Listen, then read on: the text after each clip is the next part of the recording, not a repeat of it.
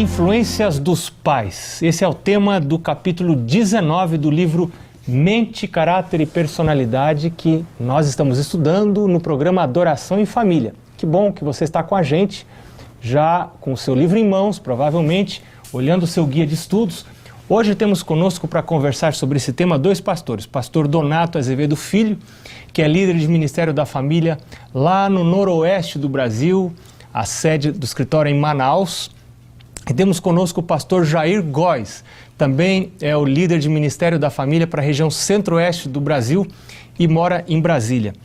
Pastor Jair Góes, num programa anterior você nos falou sobre culto da família, uma experiência muito interessante. O que mais vem à sua mente quando você pensa em culto da família?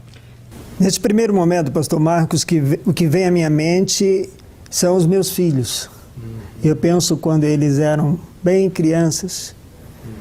E a nossa preocupação era tornar o culto desejável e interessante em um lugar esperado, um momento esperado.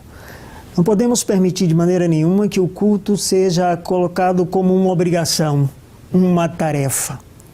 Então, Um momento de severidade. Não, um momento de paz. E para tornar esse momento desejável, eu adotei muitas vezes uma história bíblica, com alguns detalhes no nível deles.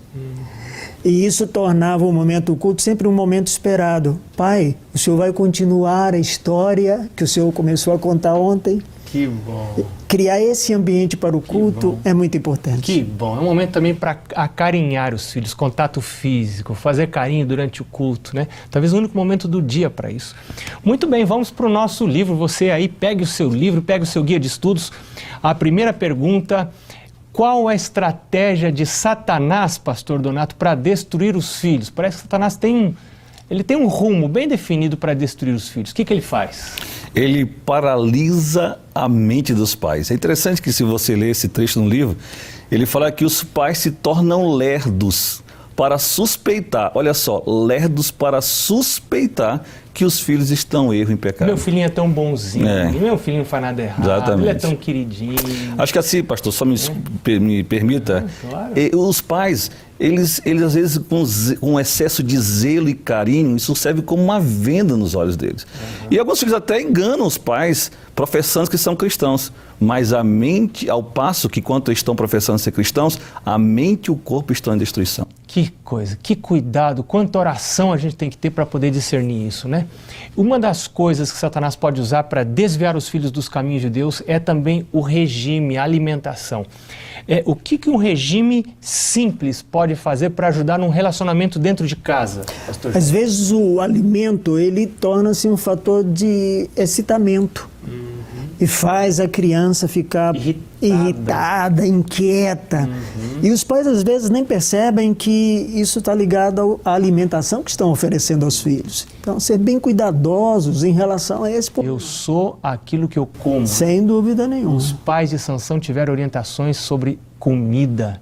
Nós temos tanta orientação sobre comida, o que devemos dar para os nossos filhos, o que não devemos dar. É que às vezes, pastor, nós como pais, estamos muito preocupados em simplesmente agradar os nossos filhos, servi-los daquilo que eles querem, daquilo que eles preferem.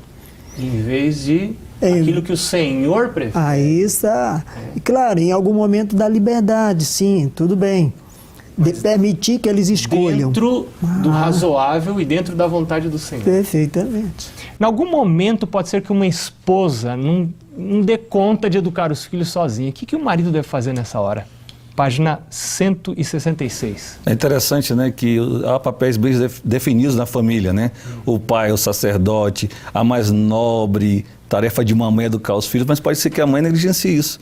E aí o pai, na responsabilidade de promover a religiosidade no lar, ele deve tomar para si essa função. Sem criticar. Sem criticar. Assuma. Ele não pode deixar ver que o filho está afundando, ver que o filho está se destruindo e ele ficar de braços cruzados. Ou seja, a tarefa precisa ser desempenhada por um dos dois. Alguém tem que fazer. Alguém tem que fazer, porque isso é prioridade. Isso é fundamental. Mas, tem um outro texto que diz que algumas mães gostam muito de cenas excitantes da vida mundana. Como é que ficam os filhos dessas mães? Essa é a quarta pergunta, página 167. As crianças, obviamente, ficam negligenciadas, né? Porque uma mente que está absorvida, né, por esse lixo da mídia, né, a literatura de ficção, obviamente vai deixar de ser aplicada naquilo que é útil. Hoje eu fiquei pensando, podia ser talvez as novelas. Eu pensei em filmes. Muito amor a filmes. Muito apego às coisas deste mundo. Horas e horas inúteis nas redes sociais. Também. Né, que tem sido uma febre. Então, uma mente dessa, obviamente, se desvia do propósito maior, que é preparar os filhos para devolvê-los ao Senhor. Pois é, um outro texto fala das atitudes da mãe durante a amamentação, né? O que pode fazer uma atitude tranquila da mãe enquanto está amamentando para com o filho? Eu penso que nessa hora, uma mãe cristã deveria tirar vantagem desse momento, cantar, até recitar um texto bíblico. Isso vai trazer paz para a criança. Água mole em pedra dura, tanto bate até que fura, né? Você vai colocando, você não sabe quando a criança está começando a entender as coisas de maneira racional.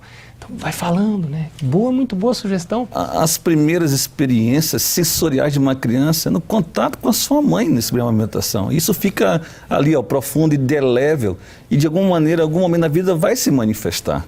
Então, se a mãe nesse momento for tranquila, calma e serena, ela vai introduzir isso no caráter do seu filho naturalmente. Já aproveitar para incutir coisas espirituais na mente do filho, pequenininho já nesse momento, né? A mente da criança nesse momento é uma esponja. Então, certeza, em algum momento ela vai reproduzir isso positivamente na vida. Bom, um outro texto fala de pais que não gostam de ter filhos por perto, né? Vai brincar lá fora, não vem me incomodar aqui, eu estou lavando o carro, vai fazer sua brincadeira.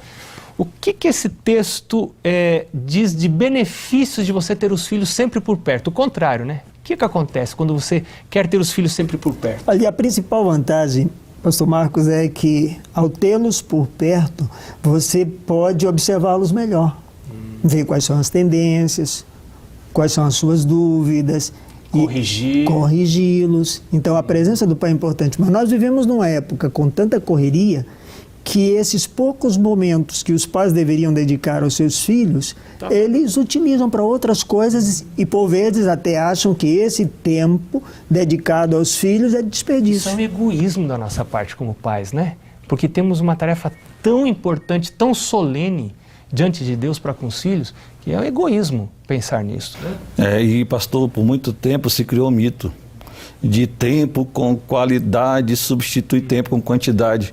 Nós vivemos uma época tão difícil que o pai tem que ter tempo com qualidade, mas sobretudo também tempo com quantidade. E tempo e quantidade. E quantidade mesmo. Porque você ensina, você educa por presença, mais do que por preceito, mais do que por ensinar. É pela sua presença, para o filho perceber a sua vida.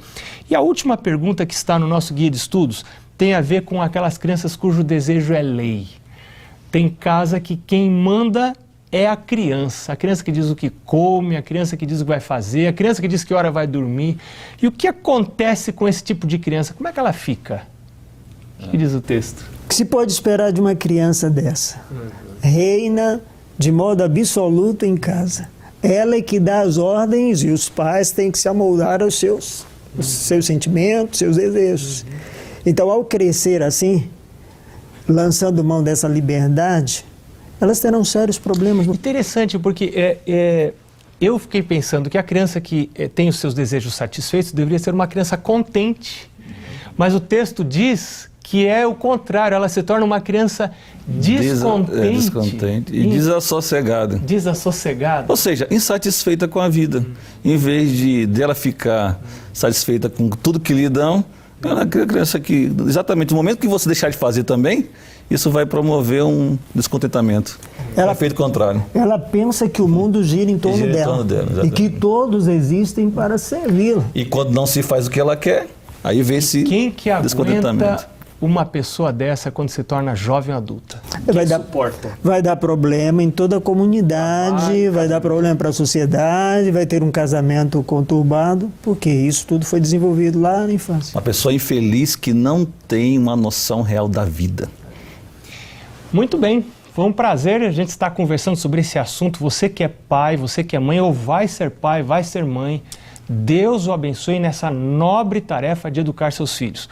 No próximo programa nós vamos falar sobre a importância do ambiente doméstico. E eu quero convidar você para estar com a gente neste próximo programa Adoração em Família, estudando o livro Mente, Caráter e Personalidade, volume 1. Deus abençoe você. Até lá.